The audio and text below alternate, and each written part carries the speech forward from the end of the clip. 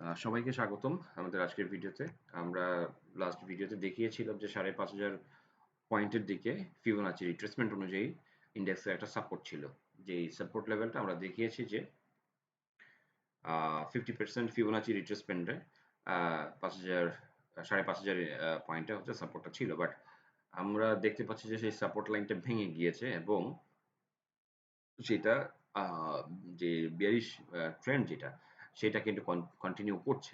Still এইখানে কিছু আ আ মানে যদি বলি যে ট্রেন্ড বেসিস যদি আমি এনালাইসিস দেখাই, তাহলে দেখা যাচ্ছে যে আ এখনো কিন্তু সেটা আ ডাউনওয়ার্ড এবং আপনাদেরকে আজকে কিছু জিনিসের টেকনিক্যাল ইনসাইট আমি দেখানোর চেষ্টা করব।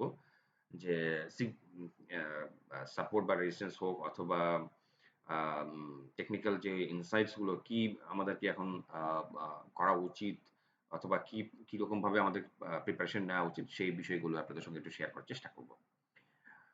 আমরা দেখতে পাচ্ছি যে 50% রিট্রেসমেন্ট এ যেহেতু সাপোর্টটা অ্যা আ আ রাখতে পারেনি, তার মানে হচ্ছে মার্কেটে মানে একটা সাইকোলজি কাজ করতেছে যেটা কিনা আমি যদি ব্যাখ্যা করি এইভাবে যে technical analysis like market behaviour বা মার্কেট সাইকোলজিটা কিন্তু তুলে ধরে।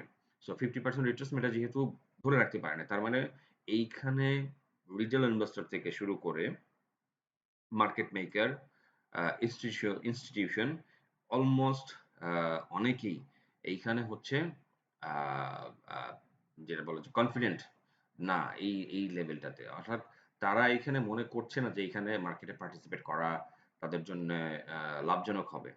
এই ব্যাপারটাই কিন্তু চলে আসে। দ্যাটস ওয়াই তারা কি করে? তারা সাইডলাইনে হয়তোবা অপেক্ষা করতেছে। সাইডলাইনে বসে আছে অথবা তাদের ফান্ড যেটা সেটা নিয়ে তারা আ স্টাক হয়ে গেছে। নতুন করে কোনো এক্টিভিটিস দেখা যাচ্ছে না। অথবা তারা হয়তোবা তাদের যে এক্টিভিটিস সেটা খুবই অল্প পরিসরে স্টার্ট করে ফেলেছে। তারপরে আমি যেই প্রবাবিলিটির কথাগুলো বললাম যে আ সেগুলো কিন্তু কোনটাই লাইক খুব বুলিশ টাইপের কিছু না বা খুব পজিটিভ টাইপের কিছু না। লাইক কেউ যদি আ আ আসলে রিটেল ইনভেস্টররা তো আর এখানে মার্কেটের মূল নিয়ামক ভূমিকা থাকে না। বিকজ মার্কেট মুভার বা মার্কেট মেকার যারা থাকেন, আ বড় ইনস্টিটিউশনাল যখন বাই হয় তখনই মার্কেট কিন্তু মুভ করে, মানি ফ্লো বাড়ে। আদার দেন দ্যাট আসলে মার্কেটে তেমন কোনো সিগনিফিক্যান্ট ইমপ্যাক্ট আসলে অন্য কেউ ওইভাবে বা অন্য কোনো গ্রুপ সেভাবে ফেলতে পারে না। যার দরুন যে জিনিসটা এখানে দেখা যাচ্ছে যে ৫,৫০০ ইন্ডেক্সের এই জায়গাটাতে আমি যদি মার্ক করে দেখাই, এই ৫,৫০০ ইন্ডেক্সের এই জায়গাটাতে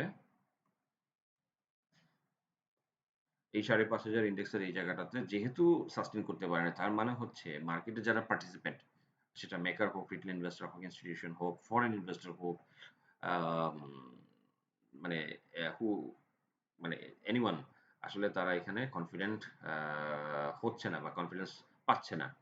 তাহলে কি হইতে পারে? যে তারা এখানে আ তাদের যে ডিমান্ড অর্থাৎ বাই করার যে ব্যাপারটা, আমি এখানে আসলে সাপ্লাই এন্ড ডিমান্ড এর ব্যাপারটা নিয়ে আসবো। তাদের যে এখানে ডিমান্ড ক্রিয়েট করার মতো যে সিচুয়েশন সেটা কিন্তু এখানে হচ্ছে না। সো হইতে পারে তারা এখানে একটু অবজার্ভ করছে, হইতে পারে তারা এখান থেকে আ অল্প পরিসরে আরম্ভ করেছে অথবা তারা আরো মার্কেট ডিপ করে কিনা, আরো কম দামে আরো অপরচুনিটি ক্রিয়েট হয় কিনা, আরো লেস মানি ইনভেস্ট করে বেশি গেইন করা পসিবল কিনা এই জিনিসটার অপেক্ষা করে থাকতে পারে। এটা একটা প্রবাবিলিটি অবশ্যই বুঝে ধরে নিবেন যে এখানে আসলে কোন আ ডিরেক্টলি কোন নির্দেশনা প্রদান করা হচ্ছে না বা গ্যারান্টি সহকারে কোনো কিছু বলা হচ্ছে না। জাস্ট খালি প্রবাবিলিটিটাই এখানে তুলে ধরার চেষ্টা করা হচ্ছে। তো 50% রিট্রেসমেন্ট এ যেহেতু সাপোর্টটা পায়নি এই জায়গাটাতে আমরা দেখতে পাচ্ছি স্ক্রিনে। তাহলে নেক্সট ফিবোনাচি রিট্রেসমেন্ট এর সাপোর্টটা হচ্ছে 61%।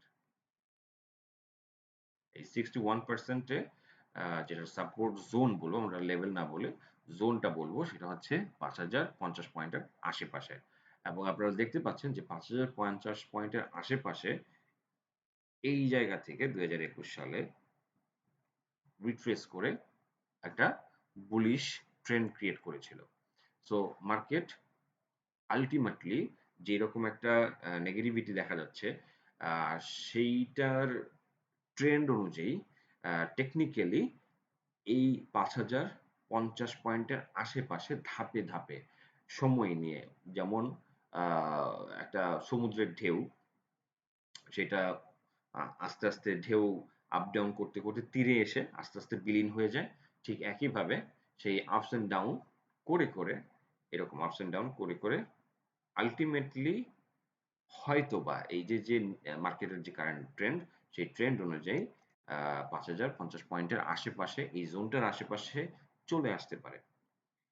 আমরা ফিবোনাচি রিট্রেসমেন্ট অনুযায়ী মার্কেট সাইকোলজি কি হতে পারে বা বিহেভিয়ার কেমন এখন যাচ্ছে সেটা বোঝার চেষ্টা করলাম।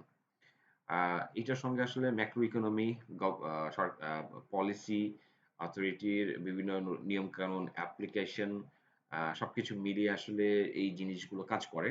সো পুরো ব্যাপারটাকে ইন ডিটেইল আরো বোঝার জন্যে আপনার ওই ম্যাক্রো ইকোনমিক্যাল যে টুলস গুলা বা যেই সাপোর্টিং ইনফরমেশন গুলো, সেগুলো কিন্তু আপনার নিজের অ্যানালাইসিস করে জেনে নিতে হবে বিভিন্ন ওয়ের মাধ্যমে। এইখানে জাস্ট ছোটখাটো একটা অ্যানালাইসিস দেওয়া হচ্ছে, যেটা কিনা আপনারা বলতে পারেন যে জাস্ট একটা স্টার্টার টাইপের আরকি। আপনি এখান থেকে জাস্ট একটা ধারণা পেলেন, হ্যাঁ? একটা আইডিয়া পেলেন, এবং সেটা আপনাকে আপনার পরবর্তী ইন ডেপথ, ডিটেইল এবং অ্যাডভান্স লেভেলের আরো কিছু অ্যানালাইসিস করার একটা পথ আপনাকে দেখিয়ে দিল।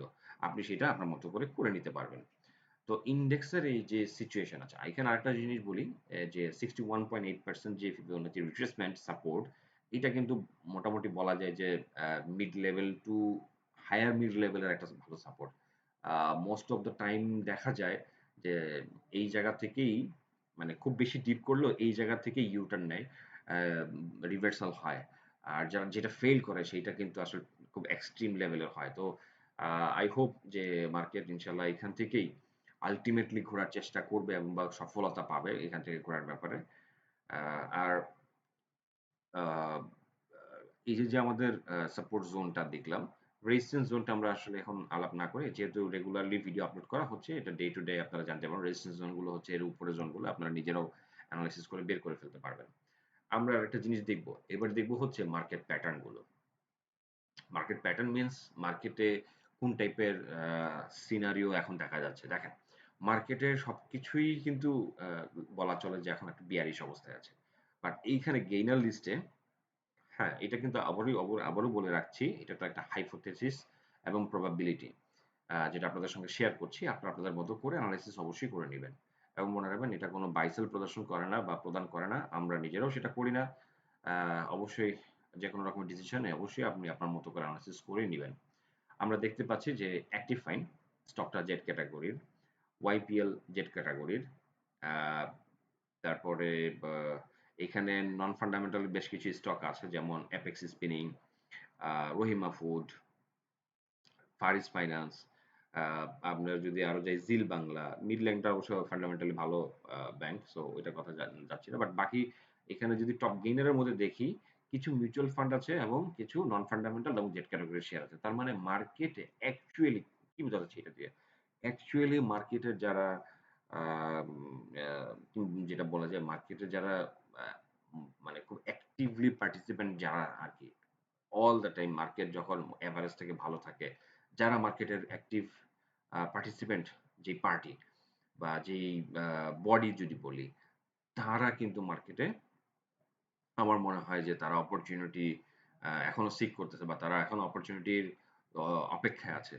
মানে অপরচুনিটি বলতে কি, কোন একটা স্টক, মানে তারা যদি বাই বা কোন একটা স্টকে এন্ট্রি নেওয়ার চিন্তা করে, তাহলে স্বাভাবিকভাবেই একটা স্টক যদি 40 টাকায় পাওয়া যায়, তাহলে ফরসে তাদের হয়তোবা সেই শেয়ারটা, আমি ধরে নিলাম যে সে হয়তোবা সেখানে 10 লাখ শেয়ার কিনবে। কিন্তু ওই শেয়ারটাই যদি 25 টাকায় নেমে আসে বা এরকম সম্ভাবনা দেখে, বিকজ আমরাও যেমন টেকনিক্যাল অ্যানালিসিস দেখছি, তারাও কিন্তু এরকম ভাবে টেকনিক্যাল অ্যানালিসিস দেখে এবং করে থাকে। তো তার যদি এরকম সম্ভাবনা দেখে যে সেই স্টকটাই সে 30 টাকার নিচে পাবে, তার মানে 10 টাকা কম, তাহলে সে আরো বেশি পরিমাণ শেয়ার অল্প টাকায় কিনতে পারবে, এবং এটা তার জন্য আরো বেশি প্রফিট হয়তো একটা পর্যায়ে বয়ে নিয়ে আসবে। সো দ্যাটস ওয়াই সে ওই সময় কিন্তু বাই স্টার্ট করবে না, বরং সে অপেক্ষা করবে।